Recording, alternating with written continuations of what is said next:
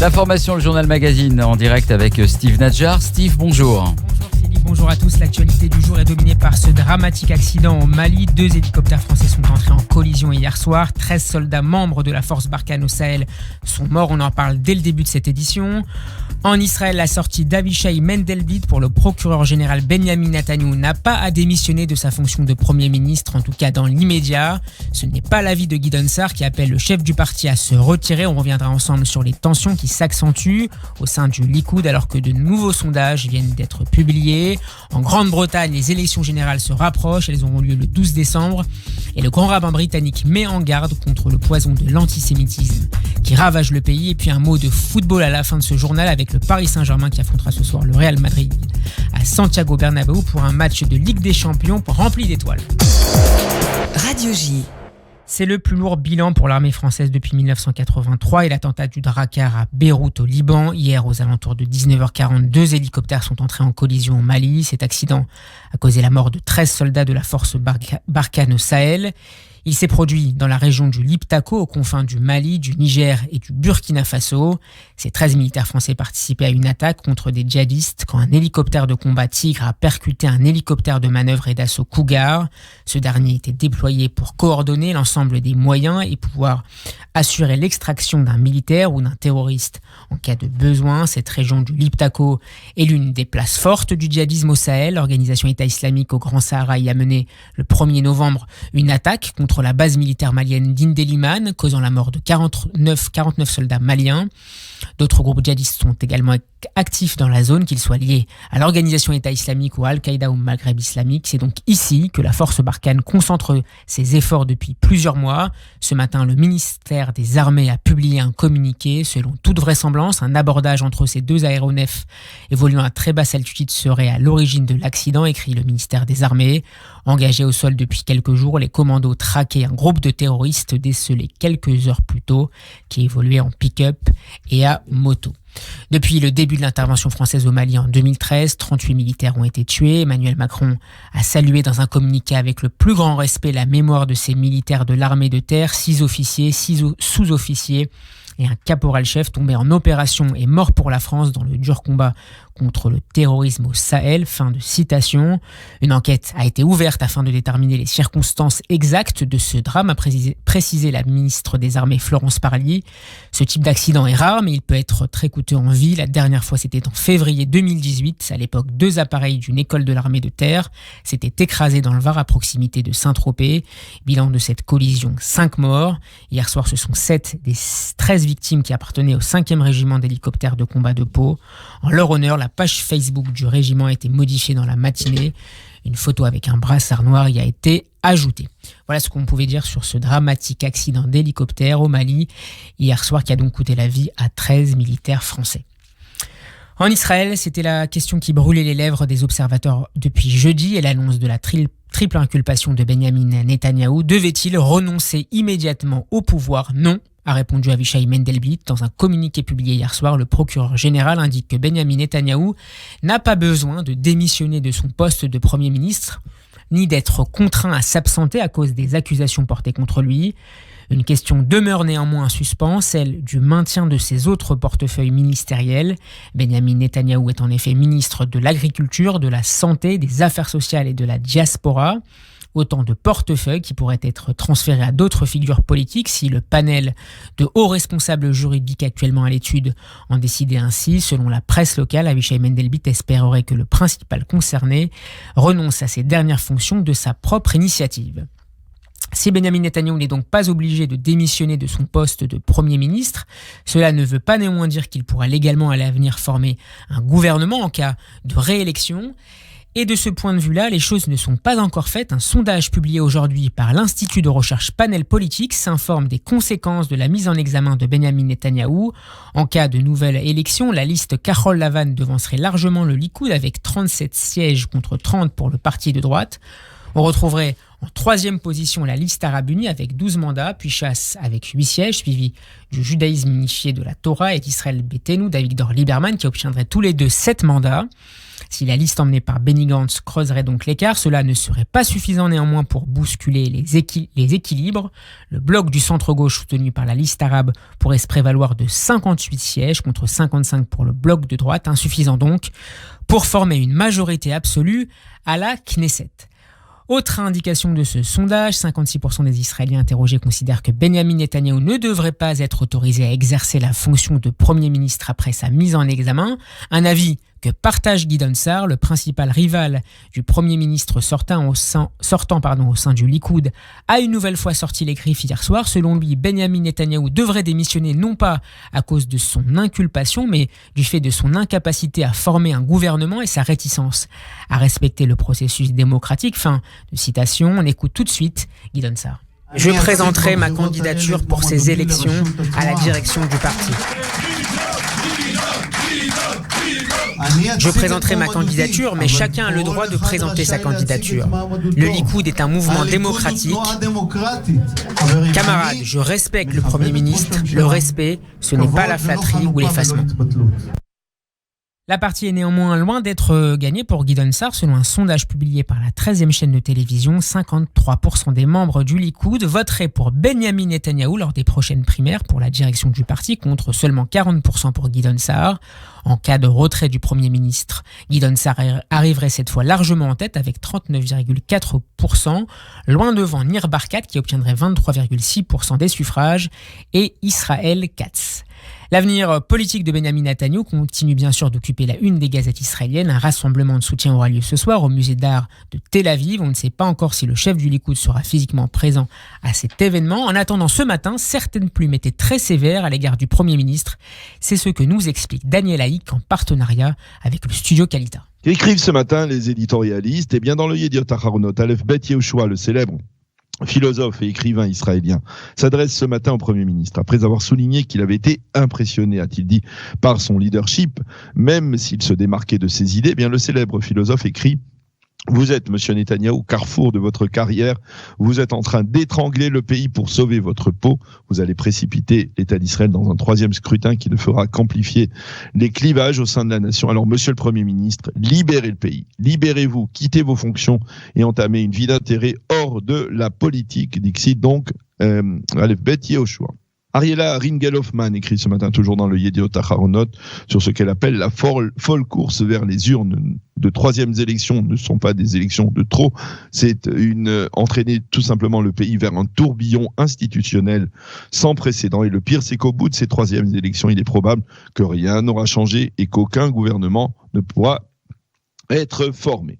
Ben Dror Yamini appelle ce matin d'une part à la démission de Netanyahou, mais de l'autre à la formation d'une commission d'enquête qui vérifiera le comportement du parquet israélien dans différentes affaires qui ont été au cœur de l'actualité au cours des dernières années. Mati Tourfeld, dans le Israël Hayom, cette fois, lui, tente de faire le clair dans les dernières déclarations politiques. Benjamin Netanyahou a raison, Gideon Sa'ar a également raison, écrit-il ce matin. La requête de Sa'ar d'organiser des primaires pour la présidence du Likoud est légitime et juste. Netanyahou a échoué par 2 fois à former un gouvernement et selon les estimations, tant qu'il sera président du Likoud, il n'aura aucune chance de former un gouvernement. Et cette situation changera si le parti de droite devait être dirigé par une autre personne. Mais Tourfeld estime que Netanyahou a également raison lorsqu'il part en guerre contre le parquet. C'est la raison pour laquelle les alliés politiques du Premier ministre, comme Aryeh Deri et Yaakov Litzman, le défendent actuellement bec et ongle. Parce qu'il s'identifie, écrit-il ce matin donc, avec son combat. C'était Daniel Haïk depuis Jérusalem. On va marquer une page de publicité et on se retrouve dans un instant. Politique, toujours en Israël, le parti Hayamine Hadash, la nouvelle droite, se présentera bien de manière autonome aux prochaines élections. C'est ce qu'a annoncé hier le coprésident du mouvement Naftali Bennett. Le ministre de la Défense exprimé lors d'une convention du parti. Une annonce surprise, quelques semaines à peine après la décision de Naftali Bennett et d'Ayelet Shaked de fusionner leur liste avec celle du Likoud lors de la mandature en cours. Hayamine Hadash fait son retour, s'est félicité Naftali Bennett.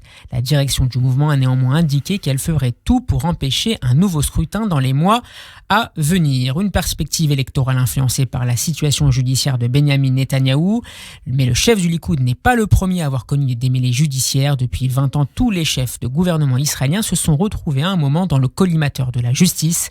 Correspondance à Jérusalem de Pascal Sunshine. Si Israël voit pour la première fois l'inculpation d'un chef de gouvernement en exercice, Benyamin Netanyahou est loin d'être le premier à avoir été la cible d'enquêtes judiciaires.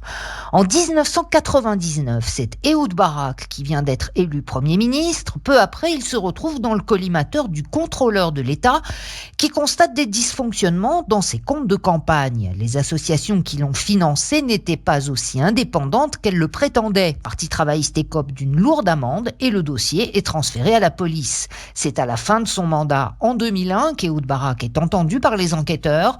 D'autres acteurs impliqués dans l'affaire et soupçonnés de financement illégal de campagne seront également interrogés. Le dossier sera finalement classé en 2003 pour manque de preuves. C'est ensuite au tour de son successeur à la tête du gouvernement israélien, Ariel Sharon, de se retrouver sur la sellette en 2001. Il fera l'objet de 3 enquêtes successives jusqu'au terme de son mandat 5 ans plus tard. Dans l'affaire dite de l'île grecque, le procureur général Meni Mazouz classera le dossier en 2004 pour manque de preuves. La deuxième affaire, celle des sociétés fictives, ne conduira pas à l'inculpation d'Ariel Sharon, mais à celle de son fils, Omri, qui sera d'ailleurs condamné par la justice en 2005.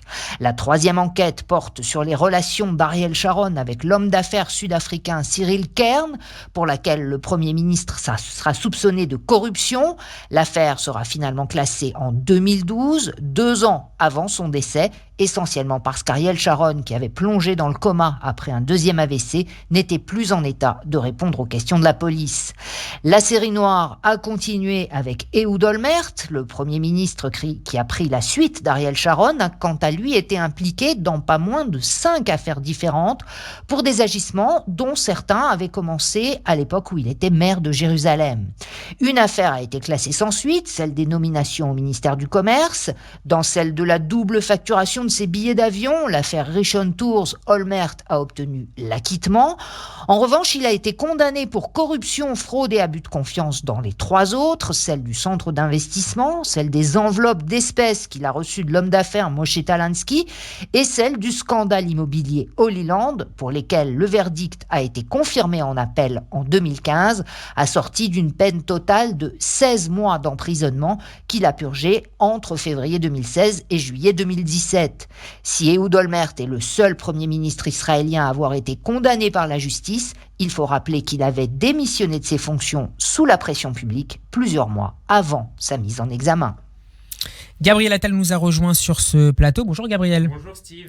Des milliers de personnes ont manifesté hier soir à Tel Aviv contre la violence domestique. Elles se rassemblaient à l'occasion de la journée internationale pour l'élimination de la violence à l'égard des femmes. 13 femmes ont été assassinées en Israël par leurs partenaires ou par des membres de leur famille depuis le début de l'année 2019. Des dizaines de bâtiments publics avaient été illuminés en rouge dimanche et encore hier pour l'occasion. La municipalité de Tel Aviv, Jaffa, en plus de s'être décorée de feux rouges, a présenté les vêtements originaux des femmes tuées par leurs partenaires ou leur époux dans le cadre d'une exposition dans le hall d'entrée du bâtiment. Rassemblement d'un autre type avec une journée de la colère qui est attendue aujourd'hui dans les villes palestiniennes de Judée-Samarie. Les Palestiniens protestent contre la déclaration du secrétaire d'État américain Mike Pompeo selon laquelle les États-Unis ne considèrent plus les implantations israéliennes comme illégales. L'autorité palestinienne à l'origine de la protestation a appelé les Palestiniens à éviter les débordements, mais les forces de sécurité israéliennes ont malgré tout été déployées en prévision d'éventuels affrontements entre les manifestants et l'armée israélienne. Le lieutenant-général Gadi Eisenkot s'est exprimé hier lors d'une conférence à l'Israel Democracy Institute. Il a déclaré qu'il n'y avait pas de menace existentielle contre l'État hébreu. La position stratégique d'Israël s'est beaucoup améliorée par rapport au passé, a déclaré Gadi Eisenkot. Bien qu'Israël ne soit pas actuellement confronté à une menace existentielle, l'élément le plus important de la force de Tsahal réside dans sa résilience et sa cohésion sociale, a-t-il poursuivi. Dans la réalité israélienne, l'intégration de différentes populations dans l'armée est un élément puissant qui doit être préservé à l'avenir. Il est impossible d'ignorer le fait qu'aujourd'hui, il y a moins de recrues aujourd'hui et que les jeunes perçoivent l'armée différemment. En Europe, le Parti conservateur britannique interdira aux conseils locaux de boycotter des produits venant de pays étrangers, notamment Israël. Une promesse qui figure dans le manifeste de campagne du parti en vue des élections législatives du 12 décembre prochain.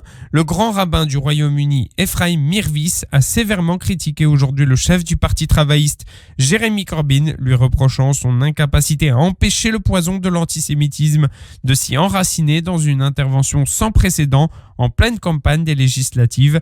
La manière dont la direction du Labour a traité le racisme anti-juif est incompatible avec les valeurs britanniques dont nous sommes si fiers, celle de dignité et respect pour tous, écrit le rabbin dans une tribune publiée par le quotidien The Times. On reviendra sur cette élection très importante au Royaume-Uni qui aura lieu le 12 décembre prochain.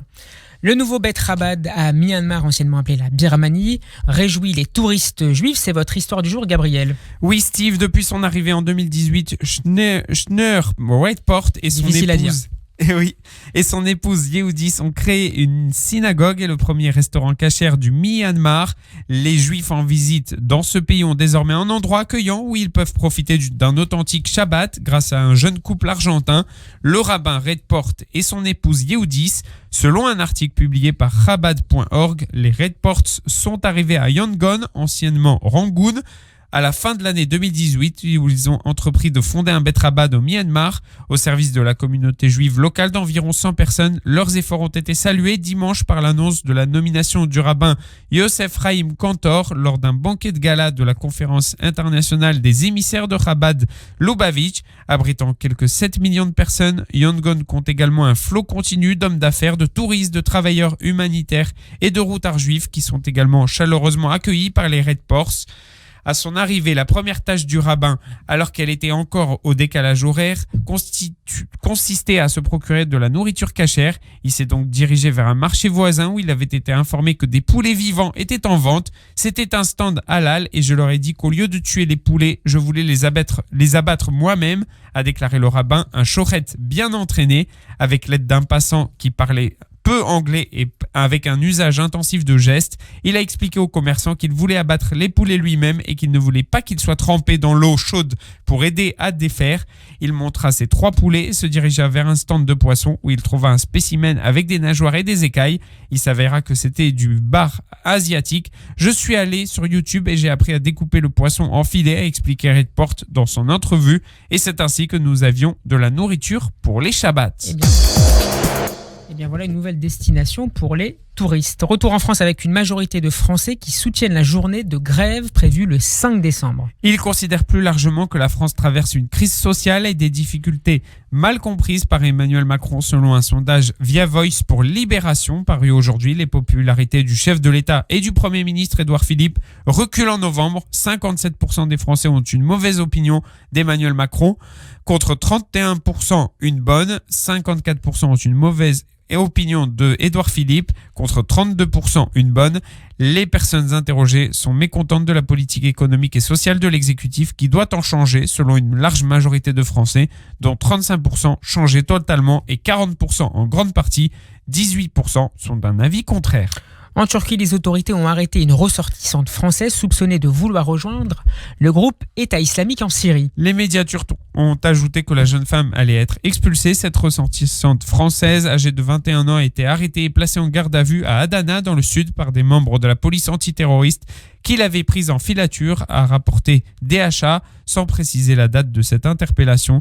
Selon l'agence, les enquêteurs soupçonnent la jeune femme d'avoir voulu se rendre dans la province voisine de Hatay et de là traverser la frontière avec la Syrie. Lors de son interrogatoire, elle a affirmé qu'elle se trouvait en Turquie pour faire du tourisme, ajoutant que la jeune femme avait été envoyée dans un centre de rétention pour migrants afin d'être expulsée vers la France. On termine avec du football et un choc au sommet ce soir en Ligue des Champions entre le Real Madrid et le Paris Saint-Germain. Un match nul suffira aux hommes de Thomas Tuchel pour assurer la première place de la poule. La star brésilienne Neymar devrait quant à lui débuter sur le banc. Un match à suivre ce soir à partir de 21h. Merci Gabriel Attal, c'est la fin de cette édition. Merci de votre attention. Retour de l'information à 15h avec le Flash.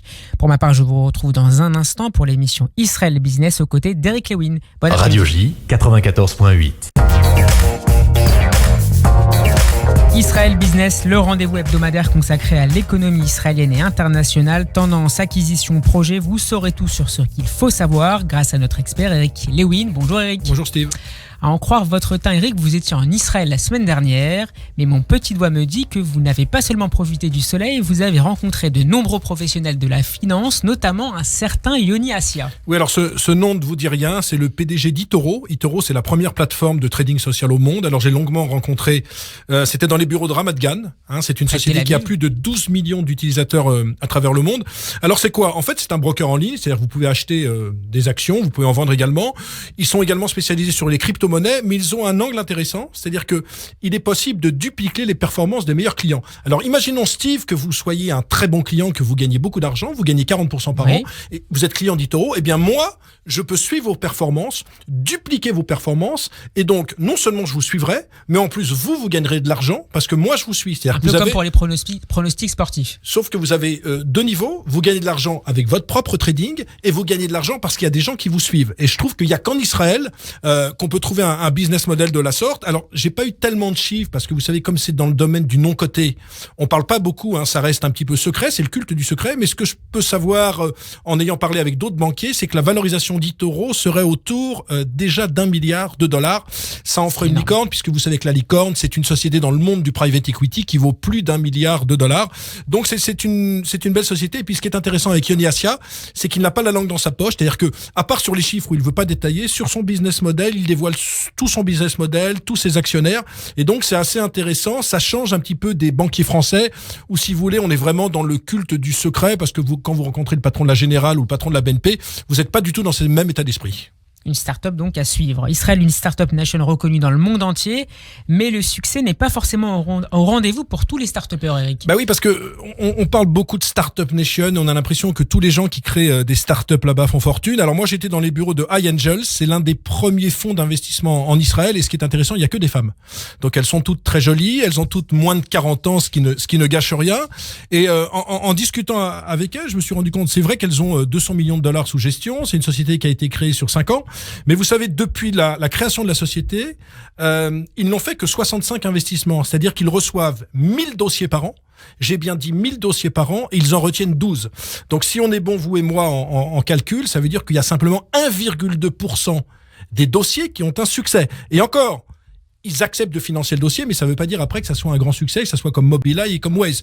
Donc ce que je veux dire par là, c'est que c'est vrai que ça fait rêver le monde des startups, parce que c'est vrai que c'est un petit pays où on a vu vraiment éclore de très belles sociétés, mais il y a quand même beaucoup d'échecs. Il faut faire attention, parce qu'on n'en parle pas assez. On a le sentiment que dès que vous créez une startup en Israël, vous faites fortune et vous êtes le roi du monde. C'est pas du tout le cas. Il y a aussi énormément d'échecs, et je vous dis 1,2%, et ils m'ont dit en aparté que sur les 12 dossiers qu'ils sélectionnent par an, il y en a simplement entre 2 et 3 qui sont vraiment des succès, c'est-à-dire des sociétés qui valent plus de $100 millions.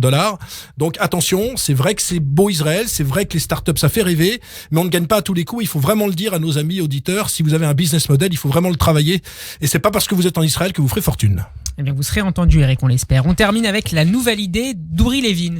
Alors, ce nom, ça vous dit pas grand-chose. Non. C'est le cofondateur de Waze qui avait été vendu à Google à $1 milliard. Alors, il vient de lancer une application que je trouve intéressante. Elle permet aux touristes non résidents du vieux continent de récupérer la TVA lors de leurs achats en Europe. Vous savez très bien qu'on a tous des problèmes de TVA, c'est-à-dire que vous achetez une paire de tennis, un bijou pour votre femme, et puis vous n'avez pas le temps de récupérer l'argent à la douane parce que vous êtes pressé, parce qu'il y a des embouteillages pour arriver à l'aéroport. Et bien lui, il a une application qui s'appelle Refundit, avec un premier convaincu qui est la Belgique. Et donc, ça permet, si vous voulez, de récupérer instantanément la TVA quand vous êtes à l'aéroport. Alors, comment cette start-up gagne de l'argent? Eh bien, il prélève 9% sur la TVA récupérée. Donc là encore, c'est un business model intéressant. Et Uri Levin, qui est richissime, puisqu'il avait vendu Waze plus $1 milliard, espère lever entre 8 et 10 millions de dollars sur cette opération. Je pense qu'il y aura de nombreux fonds intéressants, parce que ça simplifie la vie, ça évite, vous savez, toute cette paperasserie inutile. Vous avez plein de papiers de TVA que vous avez perdus. Vous essayez de vous faire rembourser, mais il y a une queue énorme à Ben Gurion, donc vous ne pouvez pas vous faire rembourser parce que vous n'avez pas le temps, vous allez louper votre avion.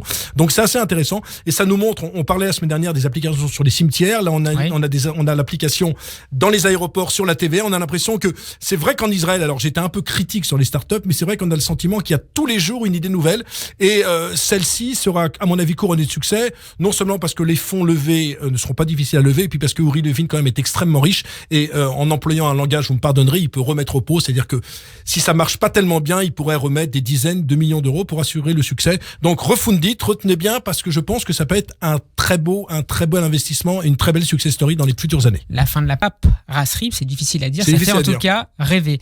Eric Lewin, merci. On se retrouve la semaine prochaine, même heure, même endroit. Même endroit. Toujours au poste, moins bronzé.